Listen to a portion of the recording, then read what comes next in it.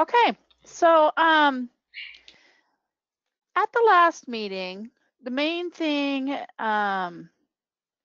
we discussed was revising the document of the SAGE standard loan rule. Beth, I have a question for you. When you look at SAGE circulation policies, that circulation policy, that's the old one, right? Because when you look at it, it's talks about millennium, and it's 2002, and the newer one's 2010. So the newer one, despite the name change, is the replacement, if I understand correctly.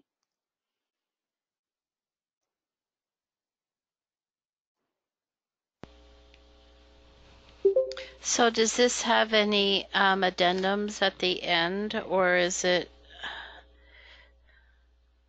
And there was something in 2003, Okay. and that was it. Can you see it? I can see it. So it looks like that web page needs to be updated. I Okay. noticed down below that there was an updated new policy documents. So Yes, but those are all in Excel, and so I think they're more for within Evergreen as opposed to policies. okay, yeah. Is that true? Yeah, no, that makes Because if you sense. open them, they don't, they're hard. Yeah, do you want me to open one? No, I think I know what these are. And these are just like a representation of existing policies in the system, and it's kind of out of date anyway. So I'm going to make a note to update this circulation policy page. Okay, great. Okay, so let's see, this one. One of the things, so if you go onto the SAGE system where I just was, wait, I gotta make a note. Welcome everybody to the Circulation Committee meeting. Does anybody have specific items today they would like to have discussed? How do I increase the percentage of the screen being shown? Oh, well, let's see here. I don't know how to do that. Delia, do you have an idea? I mean, I could, hi, and good morning, Anne. I see your message. If I made the print smaller, it could possibly, but then I can't see it personally, sorry. So Beth, when you're seeing it, can you see the whole screen or is it just part of the screen? Like, can you see down to the paragraph that says each SAGE library?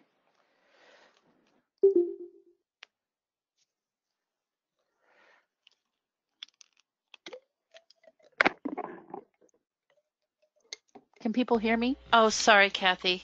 Yes. That's okay. I put myself on mute and then I forgot to unmute myself. So I can see 2 lines in that paragraph. Okay, that's what I see also. Okay.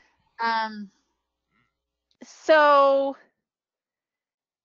on this regional standardized loan rules, last time we had talked about removing under the library card application procedure the line other contact information. I want your guys' opinion today because I want to start revising this and send it off to Beth and then start the process. Is that still the consensus of the group that we remove that reference information from our applications?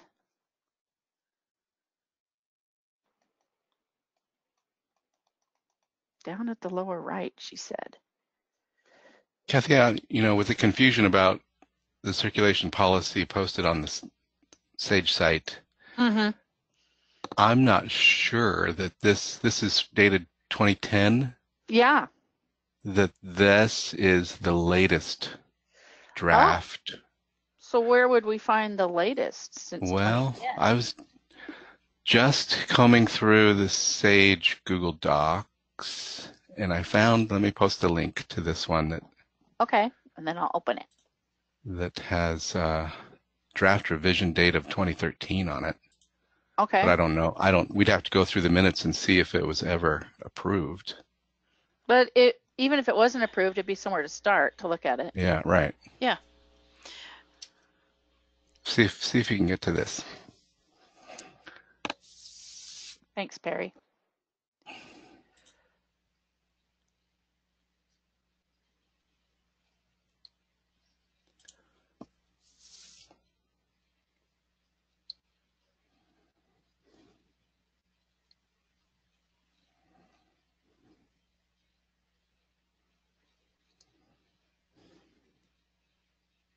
Oh, and here it has the educator like we thought we had, but wasn't in the 2010 one.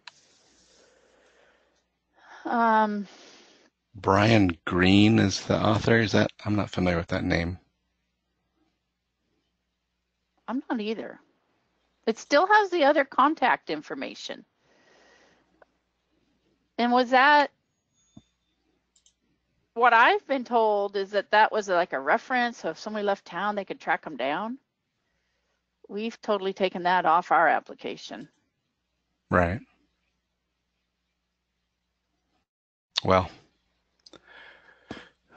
Let's yeah, see we at should the look very through the bottom. minutes I'm and going see to if quickly anything to was the very done. bottom and see if there's any information about it being approved. Yeah, my guess is this is a draft document. Okay, Just because of all the red. I was going to also I'm look on guessing my that too. computer and see if I have any later than 2010. And this is good. It says draft revision 2013 at the top. Right. So if this was approved, it would have had to have been approved at the council level. So I could look through the council minutes to see. Okay, thanks, Beth. So let's slowly go through this. And everybody else, the link is there. If you want to open it at the same time, you're welcome. That way you'll be able to scroll through and see it.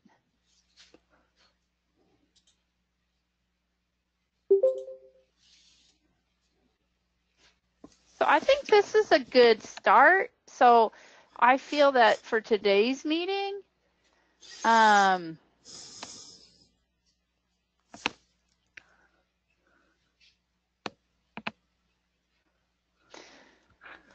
So where do we get that 2010 document to compare? Is that's that posted on the somewhere? website. That's on the That Sage is? website. Okay. Yeah. There's definitely some different things in here. This line here, fees paid for damaged and lost materials should be forwarded to the home library. Circulation fees up to $25 collected may be retained and deposited by the new home library. That one line about the $25 is an addition.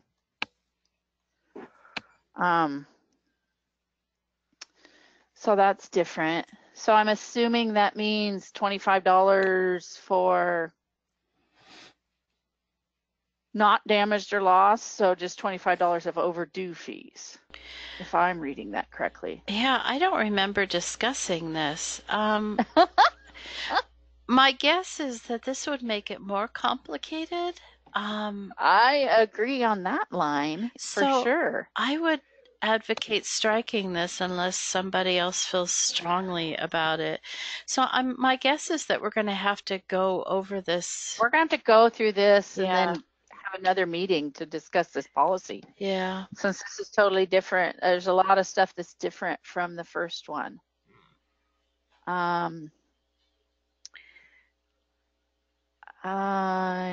Let's see here.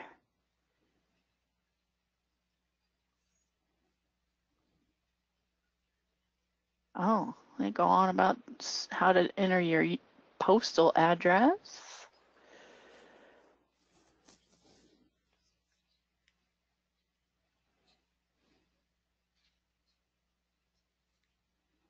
Is this true that academic libraries will provide non-student privileges to other SAGE patrons?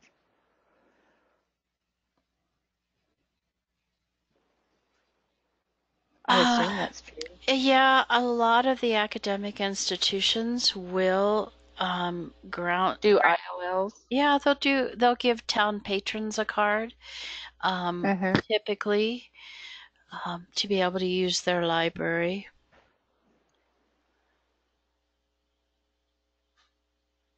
What do you think this line means?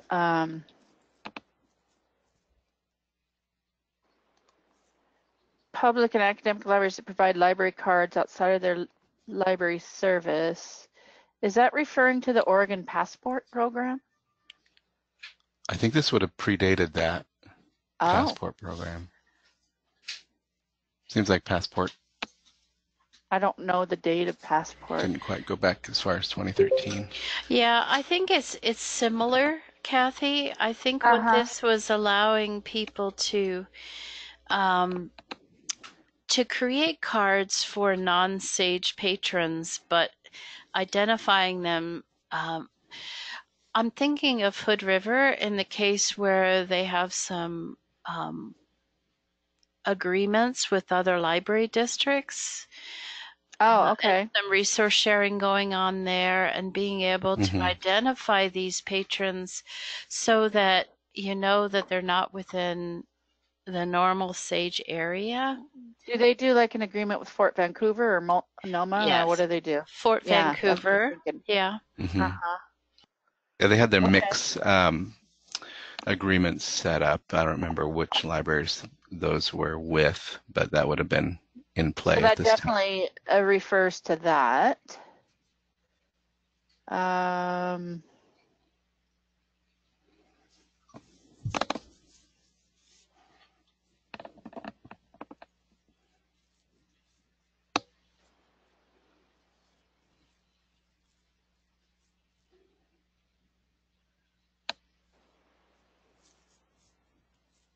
then we would have to check and see if things are correct, like this website for SAGE libraries, Wikispaces. Do we still use that? And no, we do not. Don't think so. And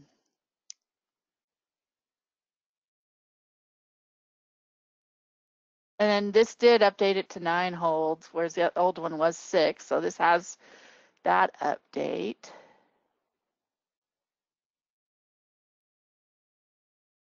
What's ISL? Is that Inner SAGE loan? Is that what they're referring to? Yeah.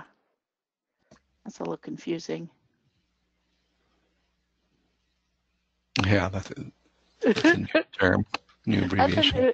It's a new term I haven't come across lately. Me. So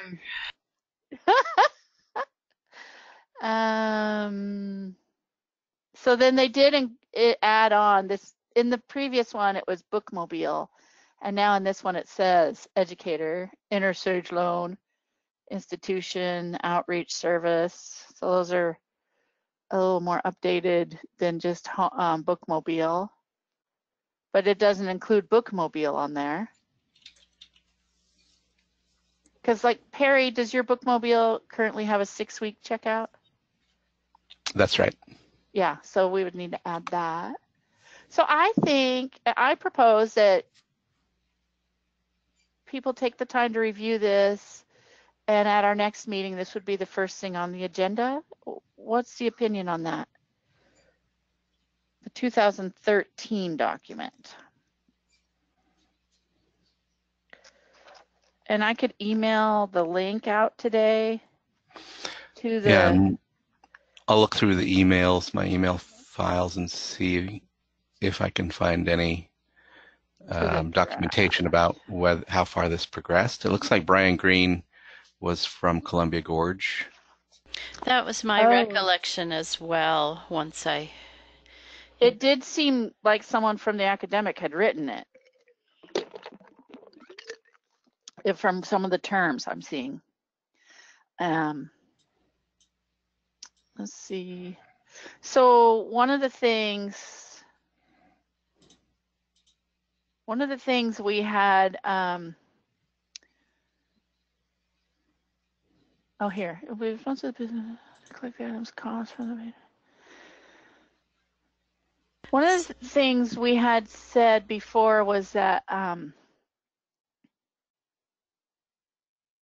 our last meeting was that we needed to work on documentation to go with returning money to a library for a lost book. Like if Boardman collects money for Baker County and then we send the money to Baker County, we need to have a document to go with that. But we had said at our last meeting, we thought that was more procedural based as opposed to policy.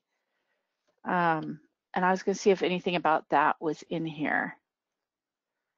But does this lost book policy need to be part of this procedure or this policy? Well, that's what I was going to ask. I think the intent that Brian had with this was that it was a combination loan rule standards plus policy, but I'm kind of thinking that it would be better to keep them separate for updating purposes as well as clarity. I agree. I wonder, yeah, so that would be totally removed from this. What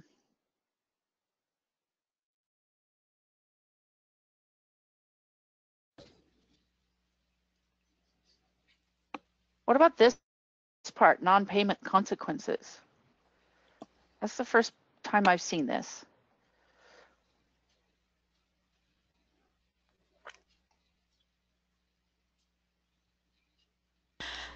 Yeah, it's the first time I remember seeing it as well. Obviously, they were trying to tighten things up so that the owning library felt like there was some resolution and recourse. Yeah. I just think we'd have to review it and see if we agree with it. That would definitely be something. And that appears to be part of what they propose for the lost book policy. It does say it's approved, but I've never seen that. So that's confusing to me, but yeah. I think just the top part was, I'm thinking that they just grabbed this document and this added. right here. Yeah. This whole part was the lost book policy and the rest was different. Because it is a different font. Yeah, I think definitely the non-payment consequences is new. Yeah. We could look at our existing lost policy and see how it's different, but I think they just grabbed it and added it. Okay. And then added additional content. Yeah, Anne has a comment here that the paragraph, maybe add a note to see the other document, don't actually add the other document, so that both libraries are aware who's responsible and where to find that document. That's a good idea, Anne. As we're finding out today, evidently not all documents are in the same place. So the possibility for confusion is there. So it looks like everybody in the chat agrees about reviewing this and going over it at the next circulation committee meeting. Kathy, do you think we'll be able to have a meeting next month? Yeah, we can do that. Definitely.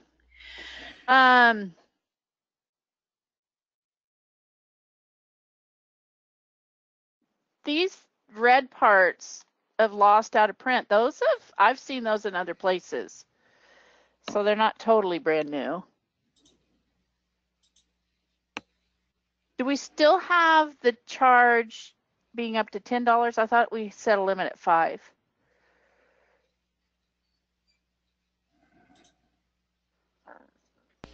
My recollection was $5 as well. They may have been considering a $10 Okay. It says processing up to fee. $10. Up to 10, yeah. There also was a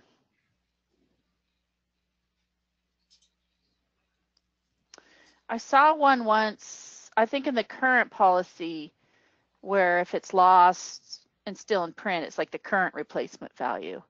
So it's going to probably, the document's going to be a combination perhaps of the old one and this one. So it'll be a little patchwork. I have some minutes from 2012. Oh, yeah. That would be before this was written then. Well, yeah, but it's part of that process of creating this. Oh, really? What's it say?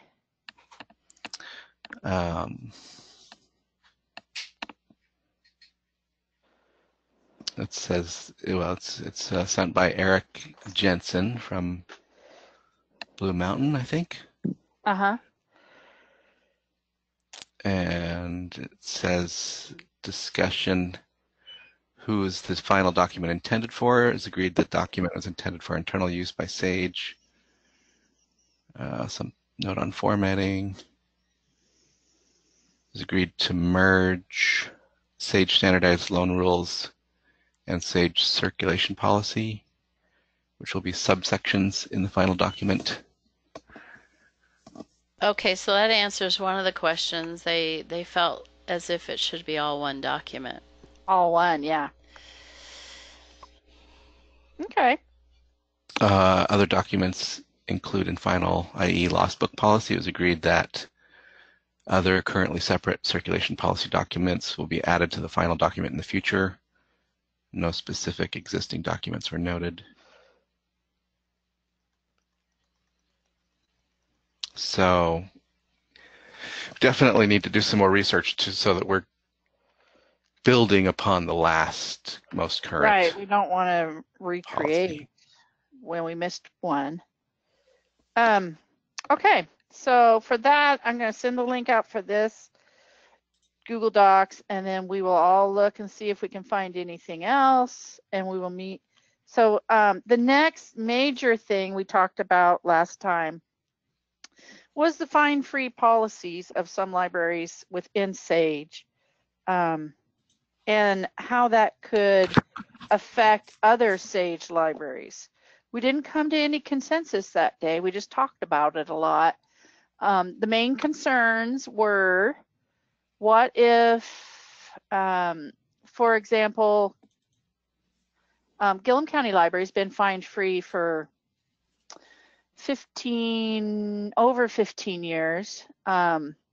So for example, if a patron from Gillum County Library uses their card and physically goes somewhere else, perhaps to Arlington or Boardman or wherever, and checks out books, then they're not, the idea that was presented at the last meeting is that they don't feel compelled to return a book because of the fact that their library has no overdue fees. And it was really the fact that Athena is going fine-free. That's a fresh new library going fine-free that raised these concerns among some other SAGE libraries. Do people have different ideas now that it's been a couple months? Has Athena gone totally fine-free yet, Beth? Erin probably has a better take on that. I don't know that. I don't remember changing the policies because this was in discussion. Right. But in operation, they may have gone fine-free. Do you know, Erin? Yes, I believe they have. I don't think that, I know that they are working it so that if somebody has borrowed something, one of their patrons has borrowed from someone else, they still are accruing fines based on that library's loans. It's just for the Athena items that the Athena patrons check out. Okay. So that was our question last time. Is the fee going to be item-based or patron-based? And that would be an internal evergreen rule. And Beth was going to do a test case scenario, was my notes. So it sounds like they're working on having it be item-based as opposed to patron-based. In the And is that, past, it's always been patron based. yeah, You know, based upon their home library. Our intent with doing that was to improve the experience of the patron so that they were not confronted with a bunch of different policies. That was the whole idea of having standardized loan policies.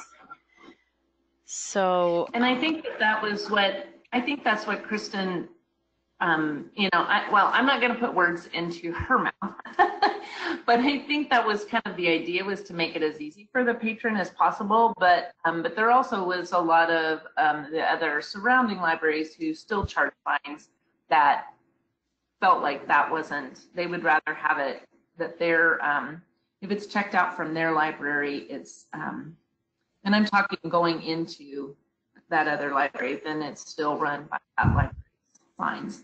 And then what she does out of it is based on the fine-free.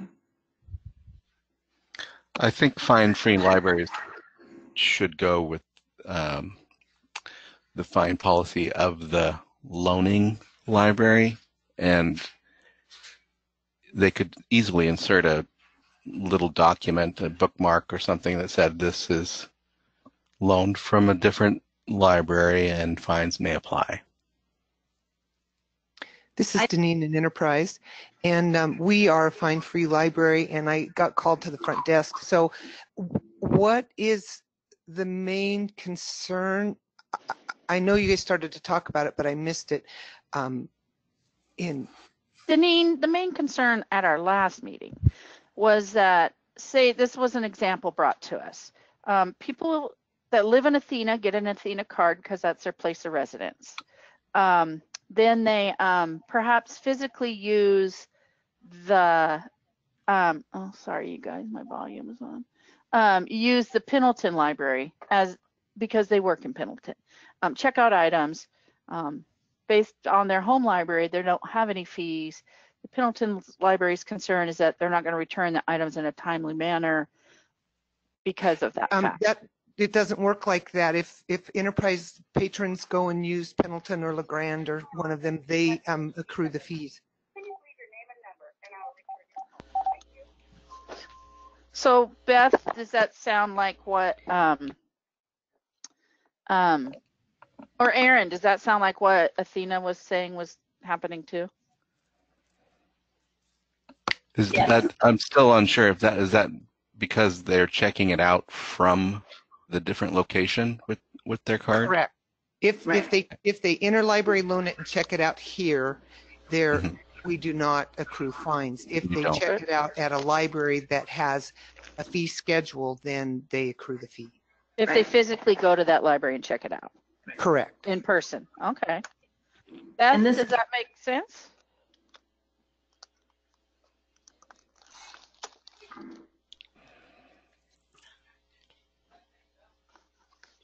Beth, are you muted again? Yes, I was. Sorry. I think the complexity of the process is that sometimes there's circulation policies that go in effect. How do I phrase this? You aren't always sure which circulation policy a particular item is going to go to. I think for the most part, it is based upon where it is checked out. Yep. So could you even set the system up to assess a fee on a interlibrary loan item when it was checked out at a fines-free library? That's getting really complicated. So for example, I have a patron and it's like, I want a library card. And then we tell them, hey, we have interlibrary loans for all these libraries. If you check out books that we own, you're not going to get a fee. If you check out books that the other libraries own, you may get a fee. Whoa, that seems very complicated for patrons to understand. Well, and this is Erin. to me, that's the kind of the whole question is the patron fine free, or are the library items to a certain library fine free? And I think that is from my conversations with Kristen, she has come, and I thought had worked out with Beth that it was the items were fine free out of her library. If somebody checked out, or if anybody checked out in her library, it was fine free. But if her patrons, the patrons that are Athena patrons, go to other libraries, those loan rules apply to them. And I'm sure she's probably explained that to people as that has come up. But it doesn't sound like there's been a lot of problem. I haven't heard anything about a lot of problems. So I think it's working okay. Cool. Correct me if I'm wrong, anybody, but I think it's working okay. Is there anybody that has any corrections to that?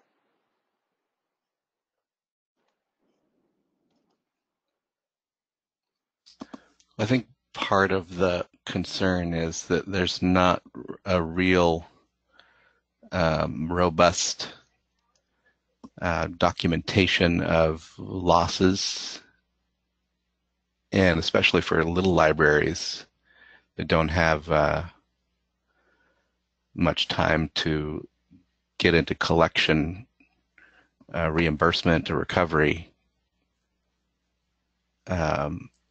That just becomes a concern to keep up with it. So, but I do want to say that I do know that it doesn't, this fine free is only for the items that, you know, like if it's late a few days. If something is lost and goes through the process of a lost book procedure, then that has continued. So it's not, it's only the overdue fees, not or fines. It's not the fee of the item if it's lost. And so I know, and so is that what you're saying, Perry, is that perhaps the libraries aren't able to keep track of that? Or, I mean, because that's been happening, right? To me, is that the same thing, or is that something that's different? How is that working? Well, supposedly the fines free has no impact on return, and since libraries keep the fines anyway, you know, it's kind of irrelevant. But somehow they seem related in my mind.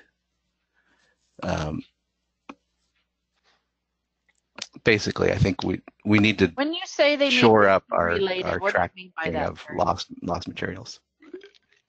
Okay, so Perry, Perry, can you- you're more concerned about the lost materials rather than the overdue fees themselves. Right. Okay. Okay. Yeah, and that is important, and I think something that the committee should really work on. I need to get busy on producing some reports that are helpful for tracking this,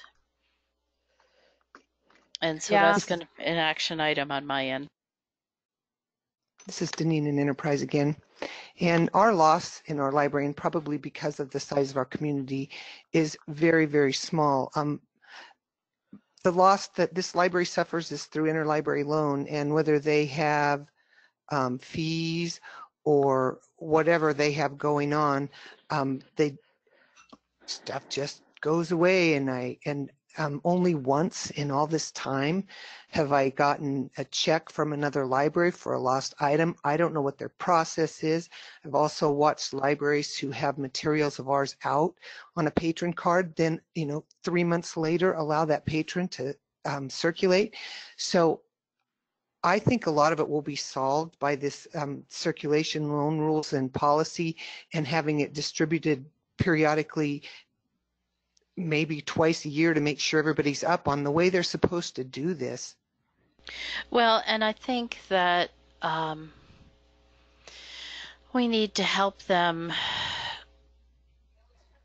I guess, be more proactive in responding, because I think it hurts the relationships between the libraries when for resource sharing when, you know, their book replacement charges are not sent to them, or a check is sent without any kind of note, and you have to kind of figure out what this money is for. So there's things like that that we just need to tighten up, and procedural, you know, wise, make this easier for folks to comply. Certainly. Yes. And the fines-free thing is really a philosophy, and it's been my philosophy for a long time. And hopefully, you know, in a bigger community, I don't know how it would work because it seems like they have so much loss, but it really works here. I don't have somebody keep a $35 book because they owe a $5 fine. So Beth, for reports, would you generate a report that would show all the books, ILL books for Oregon Trail Library District that have not been, that are marked as lost, that our patrons would show responsibility for? Is that what you would be able to do? Yeah, I could do that, but I could also do more. My thought was, you know, within the lost book policy, I think that we were working on, we were talking about giving the libraries a 6-month period within which to collect the amount from the patron, after which the library themselves needs to make restitution. Right, I understand that. So I guess what I'm thinking is that there could be some dates in this report that would give us some useful information. You know, not only whose patron it is, where the item is owned, how long it's been lost, those kind of things, so that we could figure out which items need to go through a different process. We're no longer waiting for the patron to take care of this. We're going to take care of it for the patron. And obviously, we're still going to try to collect from the patron, but that library is not out that replacement cost. I lost track right there where you said that. Because isn't the final responsibility the library itself, not the patron? Yes, sorry. So yes, the final responsibility is with the library, but obviously if you can still get that money from the patron, that recoups your losses for paying out to the owning library. Okay. The other thing I think we were going to say that we wanted to add in there was to have the library contact the owning library. An example is a recent, we recently received a check from another library for, we didn't know what for. So we started looking at the patron's name. It did have the patron name on there. And we discovered that they were children's books that had been gone for about 2 years. And when I contacted the patron's mother, it was a story of divorce, you know, separation, divorce, unable to go into another household and try to find those books. And they were, some of them were paperbacks. I mean, we would have just waived those fines instead of asking that library, a new home library, for this patron to try to collect them and send them to us. So I think in our loss policy, that needs to be included also, is please, before you ask for large sums, you know, contact the owning library and see, does that make, am I making sense at all? Are you tracking what I'm saying?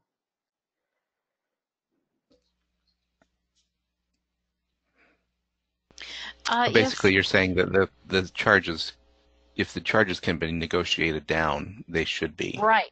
Yes, that's what I'm saying. An attempt should be made with the owning library before just telling this person, you have to pay this much money before you're allowed to use our public use computers.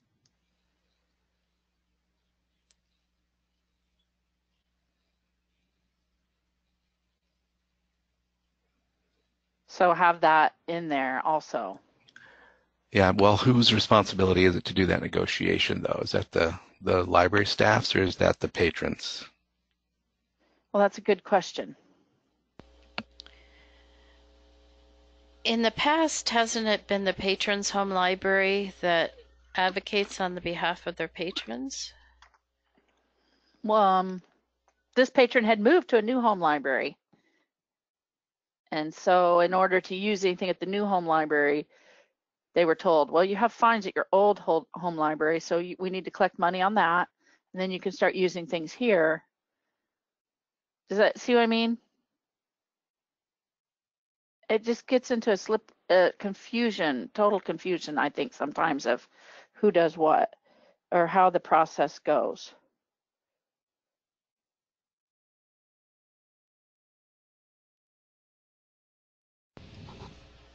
Yeah, it's kind of tricky because the owning library is the one who's going to be able to make the judgment call on what they will and Right, won't correct. accept. Exactly. So I guess what Perry's saying is that patron could have called us and said, hey, I have these fines. I'm now at this place in this town, and can we make a deal on the fines? As opposed to it being the responsibility of the library staff at the new library. If it was me, I think a good customer service would be to issue a temporary visitor pass for the patron, I and agree with you. for staff to try to contact the owning library and let them know this patron That's is what here. I think we should maybe try to put in the policy somehow, is for that staff to contact the other staff and see if there's something that can be done. Or if there's an option, not if trying to demand it, but just is this the dollar amount you want us to try to collect? But Right, then and that's a pretty big workload to anybody. If every time a new patron comes in with fees, you're supposed to do that. Again, I missed a whole bunch of that, but Sorry.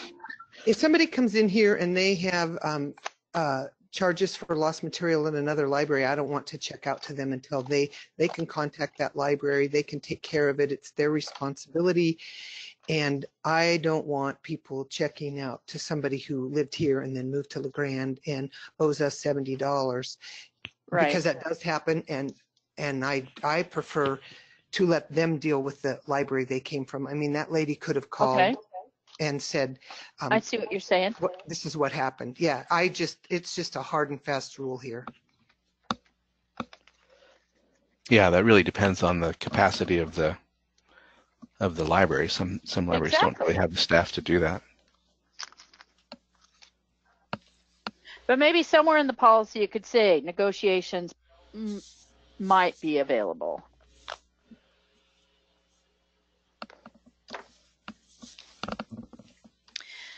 Yeah, I agree. As to who's going to start the negotiation process, that's a tough call. That would be to be determined by that patron's new library. They would either say, we can do this for you, or you can call. I think that would be easy enough. Yeah, ultimately it's I think it's the responsibility of the patron, but if the new library has the capacity to provide that customer service, then it's a benefit of customer service. Okay. Is this something, I guess I was trying to think, if we're leaning towards the patron trying to get this resolved, do we want to add some language to their lost book notices indicating that the library may be open to negotiating the charges, or is that opening a Pandora's box? That's a good question. I don't mind contacting the libraries for them if that seems intimidating or worrisome for them. What I thought I heard, but again, I was at the front desk, was that issuing them some sort of a temporary card and letting them check out, and I'm not comfortable with that until it's resolved. I think Perry. I was referring to a computer use only. Yeah. Visitor pass. Right. So no checkouts, just computer use in the library. Right. Because some libraries definitely do have a policy that you can't use computers if you owe any money. Or a certain amount of money. Right. Some of them it's any. I think, and we talked about this at OLA, and Seaside was any money. I was like, okay. I think the concern with the original concern over fine free with Athena the publicity of Athena seems to be perhaps negated by the fact that several libraries within our system have already been fine-free and people weren't even aware of it. Enterprise and Condon, the two examples, and people didn't see a negative effect from that. What's the opinion on that? I I think that, believe Joseph and Wallowa are fine free also. yeah, I think the initial concern was that because there are several libraries within a close proximity to Athena, that it might cause people to shop around for library service. But I think, Yes, that was the words used. And yeah, I don't think that's really going to be an issue. I think the benefits way outweigh the disadvantages.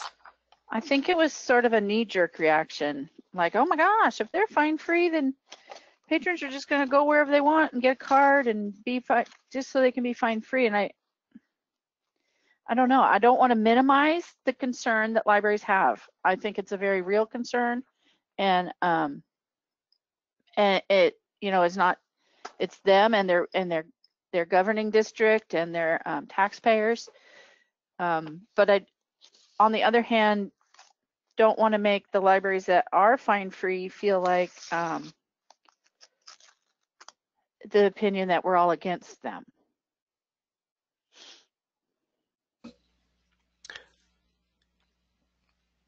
Baker essentially has a fine-free branch with the Bookmobile, and Right. has had. Yeah. And I think if you are watching anything in the library world currently, the libraries that are fine-free are going to be the majority. It's got a long way to go. I think the last percentage I saw was like 8%, but it is growing. It's growing every day, I think, in Oregon. And it's not being publicized as much. There's just, you know, they're just doing it. But I mean, that's like Delene said, it's a philosophy as opposed to hard, fast statistics. So, yeah, if Sage can reassure collection security concerns with helping on a identification of far overdue and lost, I think that would really resolve the. Now, with the lost, how does the lost in transit, how is that going to relate to that? It'll be a similar deal. Obviously, the Lost in Transit policy shares the responsibility of the cost of the book depending on whether it was on its way to the destination or on its way back. And so that kind of, you know, hopefully 50-50% of the time, but it would be a similar process. But in that case, you wouldn't be working with the patron, you'd just be working with the library. Right. Because at what point do we have a time frame for when it's lost in transit and it's never been found that we then share that cost? Who takes that initial action? Would it be like LeGrand looks and looks and we look and look and then LeGrand says, okay, we're going to call it, we're going to split the cost? How does that work, Beth? Do you know? Truthfully, I think right now the process is pretty willy-nilly. I don't think that there's a lot of accountability. I think that's another report that needs to be produced on a regular basis. And so I just can't figure out what happens to those books. I did have one theory that perhaps like Blue Mountain, some of our books go to Blue Mountain to be sorted before within the courier process. and I thought, well, maybe if Blue Mountain's closed for the summer, they're just sitting there, and then when they reopen, they'll get sorted out and they won't be lost in transit anymore. But that was just one sort of wild little theory we came up with here in Boardman. Yeah, and now they're only closed the month of August, and this year they didn't even, that we had a staff person there take care of the books during August, so that's not going to happen Yeah. anymore.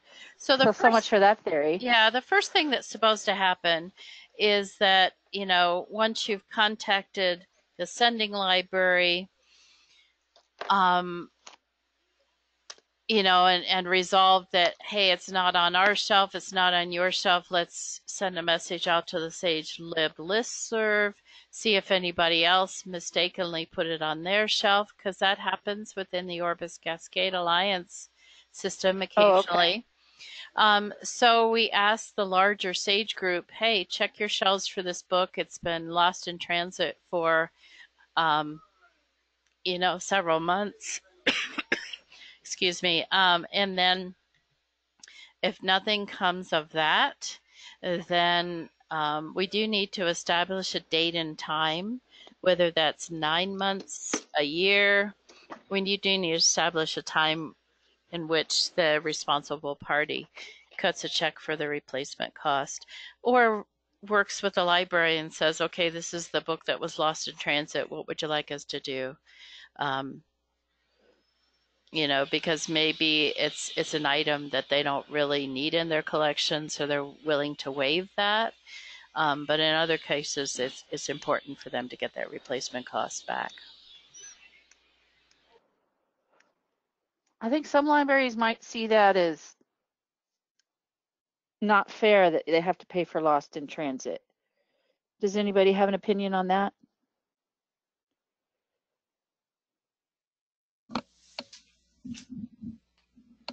Yeah, I can only share that having tried to get money from the transit courier company, because we have more than one courier handling the item, they won't accept responsibility for loss or damage. So it's really hard to get them to pay.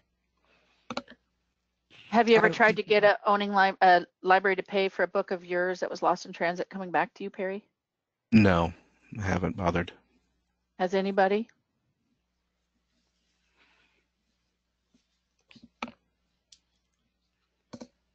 Yeah. I don't see any chat about it either. Well, I always just pick, perhaps what, it go would on. perhaps it would put a little more care in their packaging and stuff, because I've lost 2 brand new books this year in transit leaving a particular library, and I've talked to them at length about it. And you know, it was 3 months in transit when I called them, but they remembered specifically putting that book in the tub or whatever they use. And I thought, well, could you like go look? But there's no consequences, so they're busy and they say, well. So you think it's that they're not getting put into the container at all? I really do not have any idea. I can't imagine our courier opening the containers that we have and taking anything out. So, but there are several stops on the way. Did it fall out somewhere? All of our stuff has lids on it. I don't know. I just know they're gone, and that's sad. Yeah, I can't figure it out either. It's like your lost socks in the dryer. What happens to these? Right. Well, and I think we need to get a sense for how big this problem is. And so I'm going to do another transit report and see if I can't get a handle for which ones are really lost in transit. I might be sending lists for people to check their shelves, because sometimes things just don't get checked in. And so it looks like it's in transit, but it's not really. The other Anne has a question. She wants to know, what was the question? I was out with students. And the question was, have you ever had a book that was lost in transit and sent out a request for payment to the library that the patron checked it out from? Okay, go ahead, Beth. One of the things that the Orvis Cascade Alliance does on an annual basis is they do a reconciliation of charges that libraries owe each other. Oh, And basically, come up with the net amount between each of the libraries that's owed, and then uh-huh. a bill goes out for those particular charges. It's a way of just handling it like once a year rather than on a regular basis. It's just an idea that we might want to toss about and see if we want to entertain the idea of using that process for both lost books and in transit losses. Okay. I like that idea. Anybody else? Mm-hmm. Yes. It might be interesting to see the net difference between them. It might even out after a while, huh? It's probably not for Perry. His library sends out tons of ILLs. Probably not for the libraries that loan out Bigger. a lot of stuff. Anne says sometimes they have sent out checks. Okay.